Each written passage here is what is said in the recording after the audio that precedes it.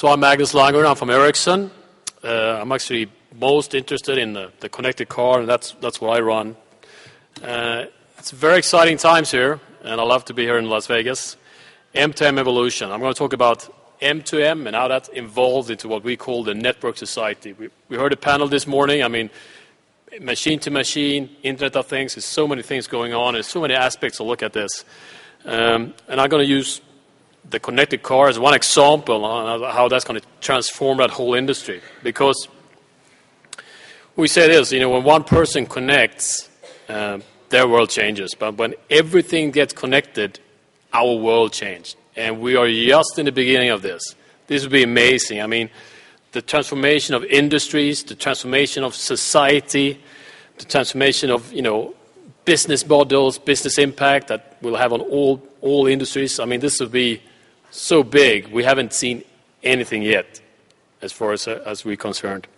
And just to let you take a step back to get you to realize how fast this is all happening. I mean, when you live right in it, it's hard sometimes to see how fast this is going. We heard it also this morning. We talked about the 50 billion connected devices. But how long did that take, actually? Well, so Ericsson has helped connecting places and people for a long time. It took basically 100 years. Ericsson was founded in 1874. It took us about 100 years to connect 1 billion places. And, I mean, I wasn't around 100 years ago, but, the impact that had on everything, the business and how you can communicate and so on. I remember my dad always said when the fax machine came, that was a big thing for them. Rather than, he did a lot of deals in the U.S., from Sweden, sending the letters back and forth took forever. The fax was just amazing. And that was just connecting an impact that the billion places had on their business. And then, pretty quickly, with the mobile technology and the mobile phones, when they came out, it took about 25 years, roughly, to connect the 5 billion people. And the change that had on people and how people live their lives is so dramatic. And I think this is what we should have in mind when we think about machine-to-machine and network society today. I remember mobile phones, when they sort of came about and became popular. My sister at the time, she was a single mother, and we say, it could be good if you want to use a mobile in your car when you're on the highway home. It's dark in Sweden, winter time. If it breaks down, you can call. So we talked about, use cases for the phone, and yes, that would be good if you're moving around, you can use it. But, just last week, my sister, same sister, she tweeted, brush my teeth, I'm going to bed. It's a vital piece of information she wanted to share with the community, but that wasn't really the use case we were thinking about when she got a mobile phone back in 1995. So the technology is similar, but when you think about the use cases for the new technology, you sometimes are stuck a little bit in what you're doing today, and you want to move that, a phone that is moving. And that's exactly the same things we will see now with the Ericsson projects are going to be 50 billion connected devices here by 2020. And, the time period is even shorter here. We're talking about 15 years. And the impact this will have is going to be enormous. And that's what we call the network society. I mean, if I do the analogy with my sister here, we talk about, connected devices. You can think about, I have my health device. That's, my wellness armrest. That's connected. It gets a little bit better and so on. But if we connect all these different things together, it's going to be a tremendous change. Tremendous change, I'll tell you.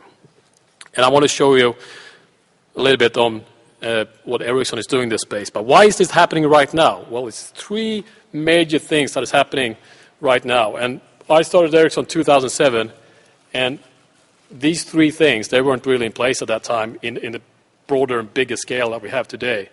It basically is the mobility. People want to do stuff moving around with the mobile broadband, with the high-speed internet you can get to devices today. And in many areas and rural areas and so on. So the freedom of being anywhere is the power to access that thing or that device or yourself at any way. And also the cloud, the independence of actually the service you're going to give to the device or to the thing and share that with other industries in the cloud, remove the whole complexity about different devices. And when these three things come together, that's when it's really changing. So let's have a look. How is this machine-to-machine evolving into network society? So connected devices, or machine-to-machine, the basics has been actually around, as well as the mobile phone was around for a long time. And in the beginning here, you very much focus on the device itself. You know, what can you do? You can connect a device, you can wake it up, you can send some data, you can collect some data.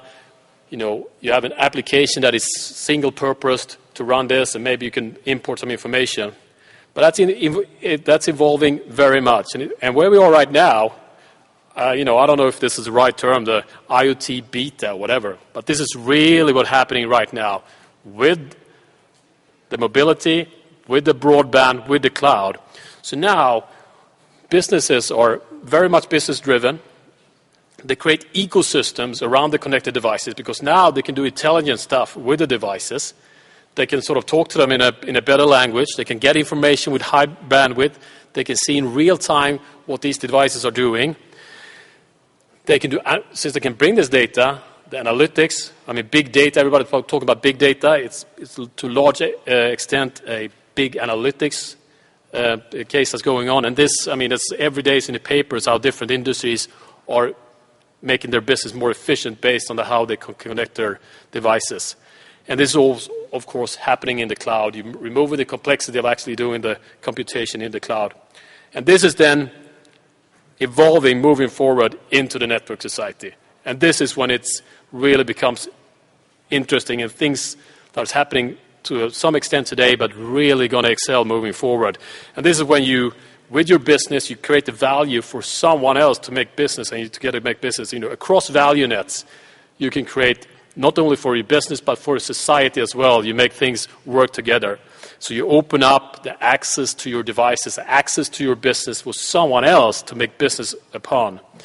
And this also evolves the service-aware networks. We, Ericsson, of course, work very closely with the carriers of the world, and the impacts this will have on creating service-aware networks when the service to the device is depending on what kind of network service you have.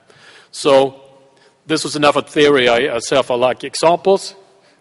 So let's say on these three cases, the machine-to-machine was been around for the IoT beta and the network society, what that meant to the car industry. So Ericsson has launched a connected car together with Volvo Cars.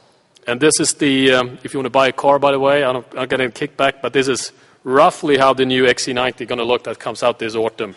So you can see there in the center console there, this is a type of almost tablet-like kind of devices to have. So the devices themselves are capable enough of doing a lot of things today. But the cars, they've been connected for a very long time. So what did you do? What they call the telematics 1.0. You put a SIM inside a car, and now you can do very low bandwidth stuff for the last 10 years. And what is that? Basically, it's a use case that was before the machine-to-machine. You have a SOS button. If you crash, you can call that. Or you had a button in there. You can have this is an on-call service. It's a concierge service. But that's in the first step is really by just taking a use case from the normal mobile network into the car, and not so much about evolving the industry as such, because you couldn't, because the bandwidth wasn't there, etc., and the device wasn't good enough. Another use case that sort of evolved now is when the mobile devices became good enough. So now you can still, with very low bandwidth, talk to the car. You can ask the car, where are you? You can send simple commands like open up the doors, or in Sweden, put on the heater, because I'm going to drive. Here, maybe in Las Vegas, you want to put on the cooler, and maybe have a air conditioning in your seats. I was told yesterday, I didn't know that existed. But still, this is very low bandwidth. But what happens now, and I think this is when the big change to the sort of IoT beta stage. The connected cars, a lot of cars have it, but how many of the automotive companies are actually going to be able to transform their business? Because when you get the broadband, when you get the identity of the car user, that's going to transform the business of owning a car and running it. So first of all, you want to run with your own ecosystems and increase that and improve your business. So obviously services. I mean, car ownership is just a nightmare. You want to service your car, you don't know what's going to happen.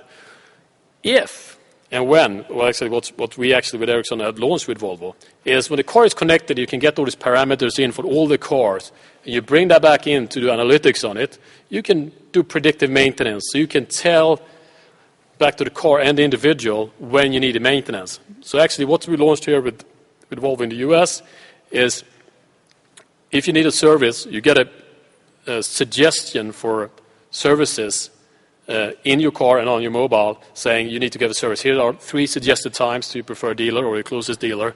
Do you want to accept one of these times? And then you press yes. And if you do that, the service lamp will go off. The thing is, if you miss your appointment, the service lamp will go on again, and you need to find it, set a new appointment. And this the partner ecosystem here is the X-Time repair shop network here in the US. So this is where the automotive industry connects very closely with the close partners in the own networks to make it better for you as an owner. And this is all again dependent on having the services in the cloud, so you can feed the data up, you can share this data with the repair shop. They know what parts is going to be available. They know to be ready when you're going to come and so on. Another very much interesting example in this space is the in-car payment of parking spots, also launched globally. And this is the same thing. It's a partner ecosystem. It's very close to the car parking, of course. You want to be able to know where there is a parking. You also want to be able to pay for that parking inside the car. So here you actually, together with Parkopedia, you can book a parking space, or you can access street side parking. You put the car there, you just press payment of the car inside the dash, and that's also taken care of by your own credit card, and you can share that identity, and you can have that. And the thing is, if you think about this, people talk about in-car payment. It is actually not so much in-car payment. This is, now I was going to say it's just a device. The automotive industry hate when I say that the car is just a device. But the car payment is really in the cloud. I mean, the screen and the identity of the car and where you are location, that's all parameters that we take from the car, but we share this information with partners, with the network partner ecosystems in the cloud. So it's more a cloud service than anything else, but it's used to you in your device, in your car. Now, what's going to happen moving forward, network society? I touched a little bit upon it before. I mean, network society is not only about connecting businesses, but it's also for the connecting the societies and the goods for everybody else. And the thing is, all these cars that are running around, they become, micro stations for the information. So this is one of the things we worked with, still close to the car industry. In Sweden, again, it's cold, it's icy, and all these cars that goes around, their cars are so intelligent, so they know if it's a slippery road. I mean, a car basically has 500 different parameters that is all connected into the data unit, and we send that up to the cloud. So here is that the car is going to tell each other when it's icy. So it's going to be a Volvo car can talk to any other Volvo car in the nearby, saying, hey, this is going to be an icy patch here moving forward, be aware. But it's also then aggregated and sent back to the Swedish road authorities, so they can have a full view on where they need to go out with the snow plows or all the salting machines to where they put the salt. And this is for the greater good. But if you think about it, this becomes a little bit of an isolated business. It really needs to be open to anybody. I mean, cars need to talk to any car, regardless of which brand it is. Cars need to talk to any authority, any city planning for traffic planning, regardless of what city it is, and so on. And that's really where we're going to move into forward in a network society. And here I'm going to tell you, and one point here on the service-aware networks, if you think about these cars going around, talking to the network, saying, here it's icy, here's not icy, that kind of performance needs to be handled by the carriers' networks as well. Today, if you just see cars always talking every 5th second, trying to get a new connections up to the network, that would be looked at as almost like an intrusion into the network, because that's not your normal behavior as an individual with your mobile phone. So here is where the carriers need to work very closely in working with the service-aware network, so that they know that these are devices that are moving around, that sending a typical or a pattern of data that needs to be handled in a specific way, handled maybe closer out in the topology near to the highways and so on. And that's going to be a huge change for the carriers and how they're going to work with all these different types of data patterns that happens with the devices. And just to give you one more example here of across value nets, and I think this is interesting. This is when, so I'm going to show you a little bit movie now. So think about it, this is the car. If you open up the APIs to the car, what can someone else do with it? Oh, there's no sound. Let's do it then.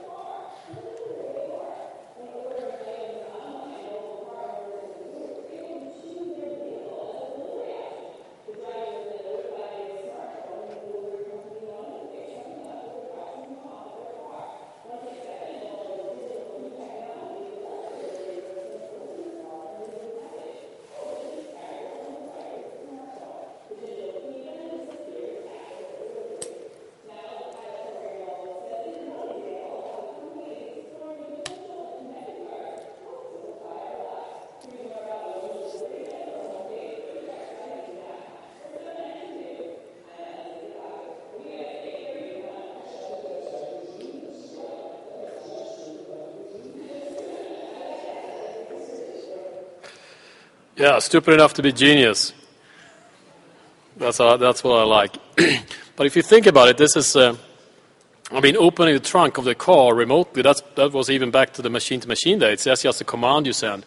But if you're able to open up that to someone else, and they can start using your car as a delivery point, or in this case, it's a person coming with your food delivery, but this could be drones. I mean, that could be a pure machine-to-machine, a drone from coming delivering pizzas to your car or a book or whatever. And this is not really a value network of the automotive industry, but it's someone else, and you can find a business. So whatever you have, or whatever assets you have, if you can expose this to someone else to make business of in a network society.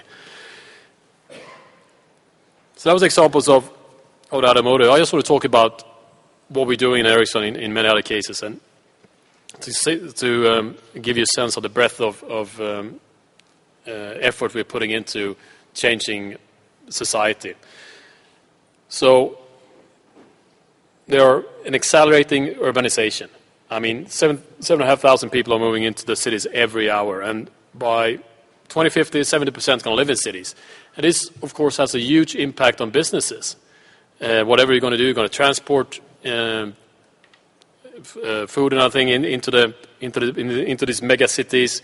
You're going to be able to have a sustainable society with CO2 emissions and so on, and the energy is going to be very concentrated. You need to work with smart gridding and so on. And these are all things that we change with the network society and the connected devices. Of course, there's also waste that needs to be handled, and the pollution and so on. I'll give you now 3 examples of what we've done in this space in other industries, just to give you an example of showing that have similar situations like the automotive industry, but what to do it's quite or a little bit different. So we worked with Maersk Shipping. I don't know how good this is, but if you look on top of the bridge, there's a small white thing, and this is actually the world's largest container ship on Maersk Line. It takes 20,000 containers. That's a train that is 100 kilometers long. So it's quite a lot of containers.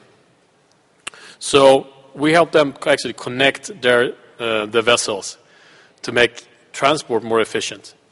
But not only that, so we actually connected also, so this is actually a mini GSM network on 600 of their biggest vessels, so they can see in a real time where all the vessels are, they can handle the goods and so on. But we also put 3G modules on the cooling containers. So not only do we know the ships, but we actually know the containers. And moving on, if you think about this, rather than knowing only where the ship are, you can now know where your goods are in a container. And this, if you open this up, this is going to open up for many more business models. I mean, an example is that we say if you want to ship bananas from South America to Europe, and in your other value network, you're selling too many bananas. If you're one of the big grocery shops in Europe, you want to be able to access your container en route and send commands to increase the CO2 level in the container, so those fruit ripens faster. So when they get into the harbor, they're ready to be shipped out to the grocery shops. So, and this is something that Maersk, of course, can't do, but they can expose their capabilities to someone else, to another network, and you can act on things en route. And this container can go on to a truck, and if that truck is connected, you can always see where your goods are. You can act upon your goods. There are no dead spots anymore. We're also working with remote patient monitoring, and here as well, if everybody's going to work in a remote area or live in large cities, I mean, this is obviously a space where a lot of things will happen. I think we actually got a reward here at the M2M Evolution show for our work with AT&T and remote patient monitoring. And here's where you bring in the values of the hospitals and you as a caretaker and caregiver to connect those with devices when you bring on when you get back home, and make sure that you take your medicine, but make sure that the medicine is more intelligent. I mean, here's a space that is just amazing, and the reports that I've said and I've seen and so on from the medical companies in terms of how many people actually take the medication, how you want to be able to do medication more on in real time and so on. And the impact that has on patients and everything else is actually enormous.